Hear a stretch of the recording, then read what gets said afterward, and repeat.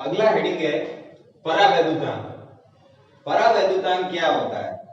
परावैद्युतांक का मतलब होता है एक तरह से कुचालक पदार्थ। जैसा हमने कूलाम के नियम में पढ़ा कि दो आवेश होते हैं Q1 Q2, उनके मध्य में दूरी r होती है। अगर इन्हीं दूरी के बीच में ना दोनों आवेशों के बीच में कोई ऐसा माध्यम डाल दे जो कि कुचालक होता है, जिसके कारण क्या होता है, दोनों आवेशों के बीच में लगने वाले बल का मान परिवर्तित होता है।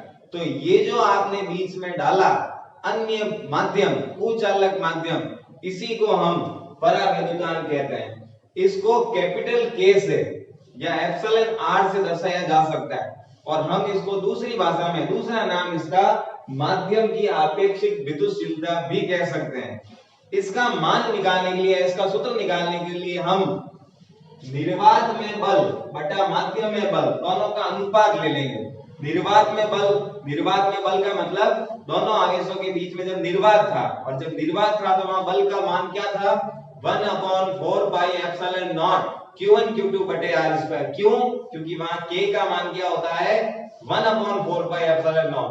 तो निर्वात में बल आ गया F0, माध्यम में बल आ गया Fm।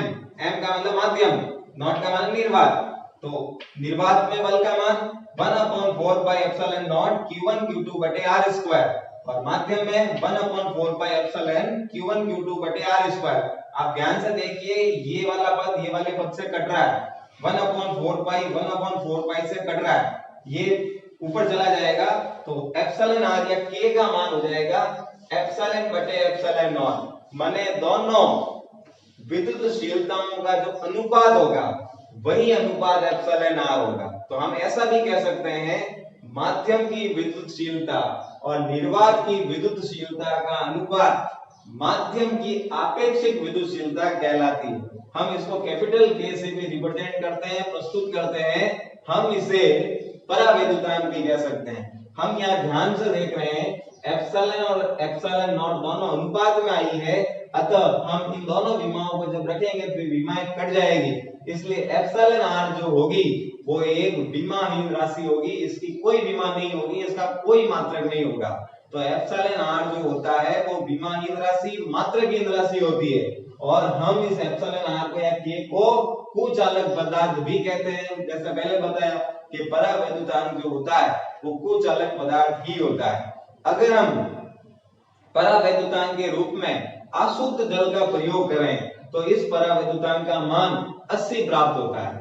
लेकिन अगर निर्वात का प्रयोग करें, परावैद्युतांक के अंदर निर्वात डाल दो तो वहां पे मान 1 आ जाएगा।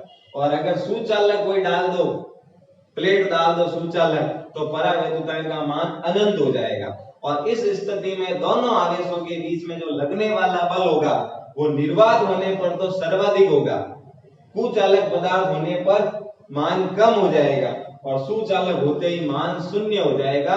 सबसे कम प्राप्त होगा जब दोनों आवेशों के मध्य माध्यम क्या है, सुचालक माध्यम है। सुचालक माध्यम जैसे कि कोई चालकदार तांबे की वस्तु डाल दी, लोहे की वस्तु डाल दी बीच में, दोनों आवेशों के बीच में, तो लगने वाला बल जो होगा बीच में वो शून्य होगा। लेकिन अगर आपने निर्वात डाल दिया, दोनों आवेशों के बीच में निर्वात है, कुछ नहीं है, निर्वात एकदम, तो सर्वाधिक बल वहां पे प्राप्त होगा। ये थी हेडिंग परावैद्युतांक।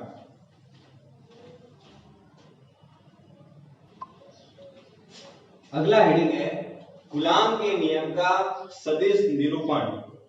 कूलाम का नियम जो हम पढ़ रहे हैं इस क्लास में, दो आवेशों के बीच में लगने वाला बल कूलाम का बल या कूलाम का नियम कहलाता है। हम उसी कूलाम के नियम का सदिश निरूपण कर रहे हैं। सदिश निरूपण का मतलब ये होता है कि वे लगने वाले जो बल होते हैं वे किस दिशाओं का पालन करते हैं या किस प्रकार से एक दूसरे आवेश पे लगते हैं। इसके लिए हमने क्या किया, एक दो अक्षों का निकाय लिया। इस निकाय के अंदर हमने दो आवेश लिए, बिंदु आवेश, यहाँ पे लिया Q1 और यहाँ पे लिया Q2।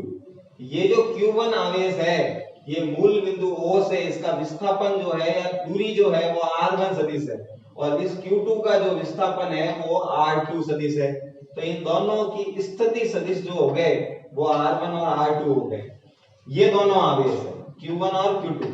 इन दोनों आवेशों को मिलाने वाली जो रेखा है, ये मैंने डैश डैश से बताई है, ये दोनों को आवेशों को मिलाने वाली रेखा है। माने इन दोनों के बीच में जो बल लगेगा वो इसी रेखा के अनुदिश लगेगा। तो अब हम यहाँ पे वो बल कैसे लगता है वो बता रहे हैं। अगर Q1 आवेश Q2 पे बल लगाएगा, अगर Q1 आवेश Q2 पे बल लगाएगा तो उसकी दिशा ऐसे होगी। तो हमने ये दिशा ऐसे बताई है, F21, माने वो लगने वाला बल ऐसे होगा और उसका नाम है F21। बल एक सदिश राशि होती है, इसीलिए ऊपर तीर का निशान आ गया। लेकिन अगर Q2 आवेश अगर इसके ऊपर बल लगाएगा Q1 के ऊपर, तो उसकी दिशा ऐसे हो जाएगी, तो वो हो गई F21 सदिश। अब हमें चित्र से ही पता चल रहा है कि दोनों जो बल लगेंगे वो एक दूसरे के विपरीत लग रहे हैं, लेकिन ये हमें सिद्ध करके बताना है कि ये किस तरह से एक दूसरे के विपरीत लग रहे हैं। तो हम सबसे पहले लिखते हैं Q2 पर Q1 के कारण कितना बल लगता है, माने इस आवेश पे ये वाला आवेश कितना बल लगाता है। तो लिखा है Q2 पर Q1 के कारण लगने वाला बल, तो नाम दे दिया उसको F21। हम कूलाम के नियम से सूत्र पढ़ चुके हैं कि Q1 Q2 बटा होता है R स्क्वायर, और इन दोनों के बीच की दूरी को हमने मान लिया है R21, और वो इन दोनों सदिश के अंतर के बराबर होगी। तो R21 का स्क्वायर हो गया। इसको सदिश रूप में लिखेंगे तो लिख दिया F21 सदिश बराबर K Q1 Q2 बटे R21 का स्क्वायर। सदिश निशान नहीं लगता इसलिए पास में एकांक सदिश लगाया R21 का कैप। अब इसी R21 जो है ये मान, इसको हम खोल के लिख देते हैं। तो F21 सदिश हो गया K Q1 Q2 बटे R2 सदिश माइनस R1 सदिश का स्क्वायर, R2 का कैप माइनस R1 का कैप। इसको समीकरण नंबर 1 दे दिया। ये जो समीकरण आया है ये पहले आवेश के कारण दूसरे पे लगने वाला बल है। इसी प्रकार अगर दूसरे के कारण पहले पे लगने वाला बल बताएं तो हम डायरेक्ट लिख रहे हैं इसको, इसी समीकरण के आधार पर उसको लिख रहे हैं। तो वो हो जाएगा Q1 पर Q2 के कारण लगने वाला बल, तो F21 सदिश हो जाएगा K Q1 Q2, सेम पद क्योंकि दोनों आवेश वही है। लेकिन नीचे अब हम इसके कारण यहां पढ़ रहे हैं, तो अब आ जाएगा R1 माइनस R2 का स्क्वायर सदिश में, और एकांक सदिश में भी 1 माइनस 2 का कैप। समीकरण नंबर 2 हो जाएगा। ये दूसरे आवेश के कारण पहले पे लगने वाला बल हो जाएगा। हम ध्यान दीजिए हम क्या करते हैं, नीचे जो है वो पद स्क्वायर है, अगर हम इन दोनों पदों को आगे पीछे लिख दें तो स्क्वायर है, इसलिए इसके ऊपर कोई फर्क नहीं पड़ता। लेकिन अगर यहाँ आगे पीछे लिख दे तो हमें माइनस का चिन्ह कॉमन लेना पड़ेगा। तो हमने क्या कर दिया, यहाँ से माइनस कॉमन ले लिया, तो K Q1 Q2 इधर तो आपने एक्सचेंज कर दिया, कोई फर्क नहीं पड़ा, लेकिन यहाँ एक्सचेंज कर दिया अपन ने क्योंकि माइनस यहाँ से कॉमन लिया है। अब इसको हमने समीकरण 3 दे दिया। इसकी तुलना हम करते हैं समीकरण 1 से।